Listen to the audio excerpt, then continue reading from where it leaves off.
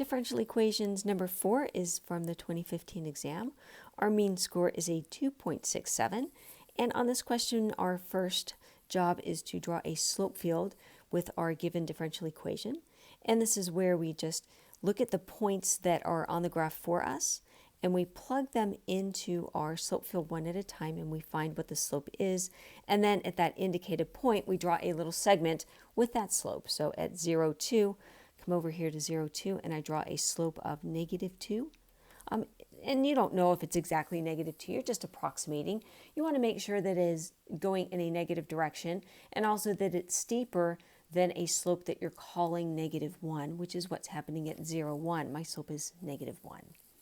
Point-wise, what you're going to earn is a point for the 0 slope. And we just have one 0 slope in this picture. It's right here. So literally, if you have that one slope correct, you're going to earn 1 point. And then all the others is going to earn you a second point. In part B, I'm asked to find the second derivative and then determine the concavity of my differential equation in quadrant 2. And they're related to one another because that second derivative will tell me if my graph is concave up or down. A positive second derivative is concave up, a negative second derivative is concave down. So let's find that second derivative. We're going to start with our dy dx equation, and now we're going to do a derivative with respect to x. The derivative of 2x is just going to be a 2. And the derivative of negative y is this -1, but that implicit is showing up again. Since that's a y and I'm doing this derivative with respect to the variable x, I have that added implicit step of multiplying by dy dx. And then because I have dy dx defined right here, I'm going to go ahead and substitute that in place of my dy dx. And that tells me that my second derivative is 2 minus 2x plus y. So now I need to use this second derivative to determine if my graph is concave up or concave down. So basically, is that second derivative positive or negative? What I'm given to work with is that I am dealing in the second quadrant. When you're in the second quadrant, you have negative x values and positive y values. So I just imagine a negative number going in for this x and a positive number being substituted in for the y. So these two negatives here are going to go positive, and that tells me that that second derivative, no matter what point I pick in the second quadrant, is going to be positive. And then I just sum that up in a nice little statement. Since my second derivative is positive, my solution curves are concave up. In part C, I'm asked if f has a relative min, a relative max, or neither at x equals 2, and I'm given this point over here, 2, 3, on the graph of f.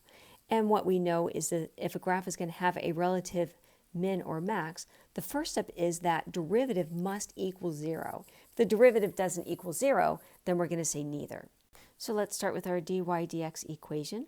We're going to plug in an x equals 2 and a y equals 3, and that gives us an answer of 1. The fact that I did not get a 0 means that that point 2, 3 was neither a max nor a min. If this process had generated a 0, what that means is this could have been a min or a max, and I would have done maybe the second derivative test to investigate this further. So just a what-if scenario. If this had been a 0, then in my second derivative, if I got a positive number, that would mean my graph was concave up, and that point in question would be a min. If that second derivative generated a negative number, then I would have a concave down graph. In that case, I would have gone a relative max. The fact that I didn't get 0 just led me to believe that this was neither at x equals 2. In part D, I'm asked to find m and b in this y equals mx plus b equation. So the first thing I'm going to do is start with y equals mx plus b. I'm going to do its first derivative. Since this is a linear equation, my first derivative is just going to give me an m. That's going to earn you the first point. And then if I do my second derivative, m is a constant, so my second derivative is just going to be 0. I then take my second derivative that I found in part B, and I set it equal to 0, so I'm pretty much just subbing it in for that second derivative. And then I just write it in this y equals mx plus b form so that I can pull out my values of m and b.